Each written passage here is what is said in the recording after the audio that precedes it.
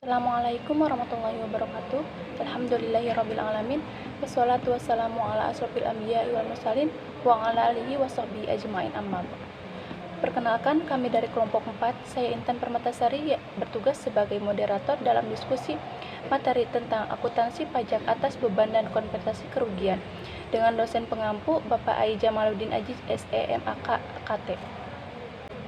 Adapun rekan kelompok saya yaitu Asyifa Putri Melani dan Nuryuli Wirdaningsi. Materi pertama yaitu tentang biaya menurut Pak Ahli. Menurut B. Henry Simamora, biaya adalah kas atau nilai setara kas yang dikorbankan untuk barang atau jasa yang diharapkan memberi manfaat pada saat ini atau di masa mendatang bagi organisasi. Menurut Mulyadi, biaya adalah pengorbanan sumber ekonomi yang diukur dalam satuan uang yang telah terjadi atau yang kemungkinan akan terjadi untuk tujuan tertentu. Menurut Supriyono, biaya adalah harga perolehan yang dikorbankan atau digunakan dalam rangka memperoleh penghasilan atau revenue yang akan dipakai sebagai pengurang penghasilan. Ada 3 pendekatan dalam pembebanan biaya. Yang pertama, sebab akibat atau kausalitas. Pendekatan sebab akibat ini mengaitkan biaya ini secara langsung dengan penghasilan. Pengakuan biaya sebagai beban dalam periode diakuinya penghasilan. Contoh, persediaan sebagai penyebab dari hasil penjualan. Penghasilan pada masa mendatang diakui sebagai biaya alokasi harga pokok pada saat persediaan tersebut dijual. Yang kedua, ada alokasi sistematis dan rasional. Pendekatan ini tidak mengaitkan secara langsung biaya dengan penghasilan, tetapi biaya dialokasikan secara sistematis dan rasional dengan penghasilan atas dasar masa manfaat.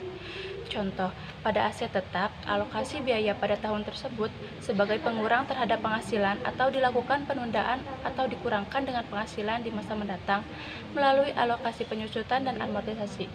Dan yang terakhir ada pengakuan segera. Pendekatan pengakuan segera yaitu terhadap biaya yang dapat dikaitkan dengan penghasilan melalui pendekatan ke-1 dan pendekatan kedua akan dibebankan segera terhadap penghasilan pada tahun pengeluaran. Contoh, biaya pendirian dan biaya emisi. Yang selanjutnya yaitu beban yang dapat dikurangkan dari penghasilan bruto bagi WPDN dan BUT dibagi menjadi 2 golongan. Yang pertama yaitu beban atau biaya yang mempunyai masa manfaat tidak lebih dari 1 tahun. Contohnya gaji, biaya administrasi dan bunga, dan biaya rutin pengolahan limbah. Yang kedua yaitu beban atau biaya yang mempunyai masa manfaat lebih dari 1 tahun, yaitu pembebanannya dilakukan melalui penyusutan atau melalui amortisasi.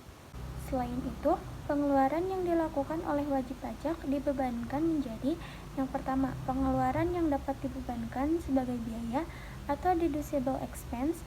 Yang kedua, pengeluaran yang tidak dapat dibebankan menjadi biaya atau non-deducible expense. Yang pertama yaitu pengeluaran yang dapat dibebankan sebagai biaya atau deducible expense berada pada pasal 6 Undang-Undang Nomor 36 Tahun 2008 tentang PPh, yaitu A. Biaya yang secara langsung atau tidak langsung berkaitan dengan kegiatan usaha, antara lain yang pertama, biaya pembelian bahan, yang kedua, biaya berkenaan dengan pekerjaan atau jasa termasuk upah, gaji, honorarium, bonus, gratifikasi, dan tunjangan yang diberikan dalam bentuk uang.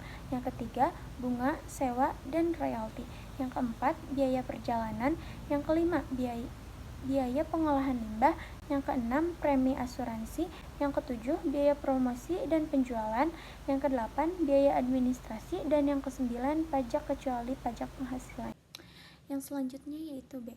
Penyusutan atas pengeluaran untuk memperoleh harta berwujud dan amortisasi atas pengeluaran untuk memperoleh hak dan atas biaya lain yang mempunyai masa manfaat lebih dari 1 tahun, sebagaimana yang dimaksud dalam pasal 11 dan pasal 11A. C. Iuran kepada dana pensiun dan pendiriannya telah disahkan oleh Menteri Keuangan. D. Kerugian karena penjualan atau pengalihan harta yang dimiliki dan digunakan perusahaan atau yang dimiliki untuk mendapatkan, menagih, dan memelihara penghasilan. E.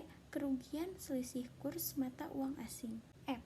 Biaya peneliti dan pengembangan perusahaan yang dilakukan di Indonesia.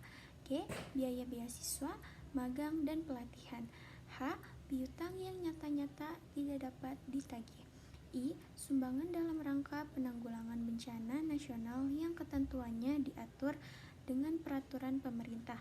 J. Sumbangan dalam rangka penelitian dan pengembangan yang dilakukan di Indonesia yang ketentuannya diatur dengan peraturan pemerintah. K. Biaya pembangunan infrastruktur sosial yang ketentuannya diatur dengan peraturan pemerintah. L. Sumbangan fasilitas pendidikan yang ketentuannya diatur dengan peraturan pemerintah. Dan M. Sumbangan dalam rangka pembinaan olahraga yang ketentuannya diatur dengan peraturan pemerintah. Selanjutnya ada biaya yang tidak dapat dikurangkan dari penghasilan bruto menurut pasal 9 Undang-Undang 36 tahun 2008 tentang PPh. Yang pertama adalah pembagian laba dengan nama dan dalam bentuk apapun seperti dividen.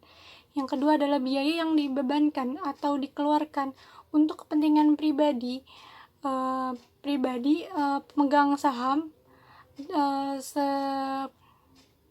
sekutu atau anggota. Yang ketiga ada pembentukan atau penumpukan dana cadangan atau kecuali yang diatur oleh PMK. Dan yang keempat adalah premi asuransi kesehatan, kecelakaan, asuransi jiwa, dwiguna, dan asuransi beasiswa. Yang kelima ada penggantian atau imbalan yang sehubungan dengan pekerjaan atau jasa yang diberikan dalam bentuk natural dan kenikmatan.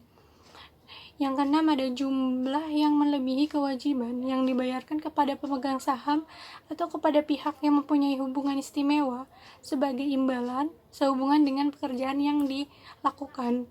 Yang ketujuh adalah harta yang dihibahkan,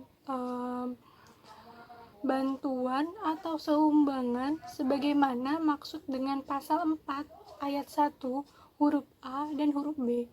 Dan yang terakhir ada dan yang kedelapan ada pajak penghasilan. Kesembilan ada biaya yang dibebankan atau dikeluarkan untuk kepentingan pribadi, wajib pajak, atau orang yang menjadi tanggungannya. Yang ke-10 ada gaji yang dibayarkan kepada anggota persekutuan, firma, atau perseroan komanditir yang modalnya tidak terbagi atas saham. Dan yang terakhir ada sanksi administrasi berupa bunga, denda, dan kenaikan serta sanksi pidana berupa denda yang berkenaan dengan pelaksanaan perundang-undang di bidang perpajakan. Selanjutnya ada klasifikasi biaya sesuai dengan aturan pelaksanaan undang-undang perpajakan. Yang pertama ada JKK dan JKM. Besarnya premi yang dibayarkan oleh perusahaan dapat dibebankan dan bagi karyawan sebagai penghasilan sebagai objek PPh pasal 21. Selanjutnya ada JHT, yaitu besarnya premi yang dibayarkan perusahaan dapat dibebankan sebagai biaya atau pengurang penghasilan bruto dan bagi karyawan bukan merupakan objek PPh pasal 21. Selanjutnya ada biaya pengobatan, di mana biaya pengobatan karyawan yang dibayar perusahaan langsung ke rumah sakit atau dokter dan apotek. Pembayaran tersebut sebagai pemberian kenikmatan sehingga tidak boleh dibayarkan dan bukan objek pasal PPh 21 bagi penerimanya. Biaya penggantian pengobatan, pemberian tunjangan pengobatan, uang pengobatan sebagai biaya yang dapat dikurangkan terhadap penghasilan bruto dan objek pasal 21. Ada biaya rekreasi dan olahraga. Biaya ini dianggap sebagai kenikmatan karyawan sehingga tidak boleh dibebankan dan bukan objek PPh pasal 21. Selanjutnya ada biaya perumahan. Biaya perumahan atau sewa tidak boleh untuk dibebankan, tetapi dikecualikan apabila karyawan yang bersangkutan diberi tunjangan sewa rumah. Dan selanjutnya ada telepon seluler karyawan.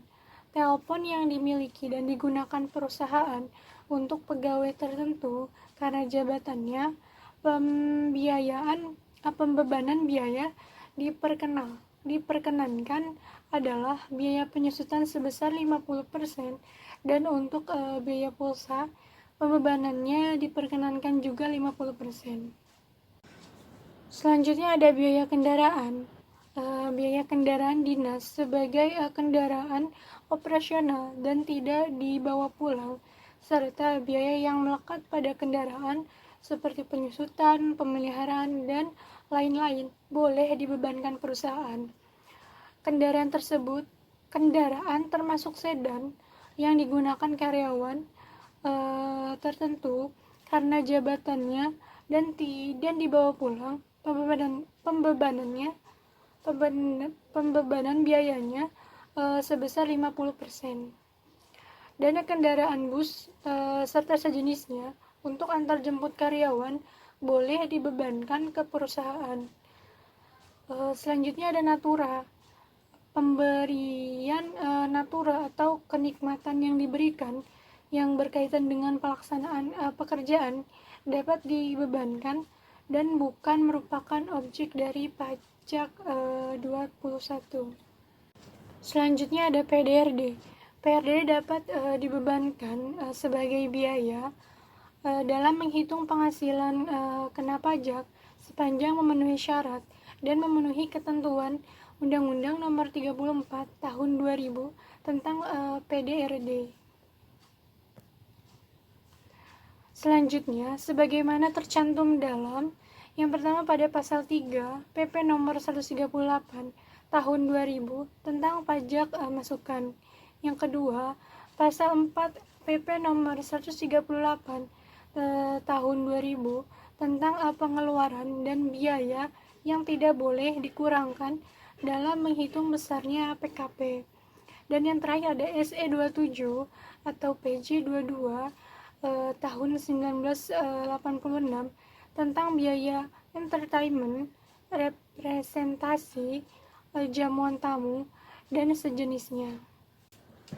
Selanjutnya ada kompensasi kerugian yang dibagi menjadi dua. Yang pertama ada kompensasi horizontal, di mana kompensasi ini diterapkan apabila wajib pajak dalam tahun pajak yang bersamaan memperhitungkan kompensasinya antara penghasilan suatu bidang usaha dengan kerugian dan bidang usaha lainnya.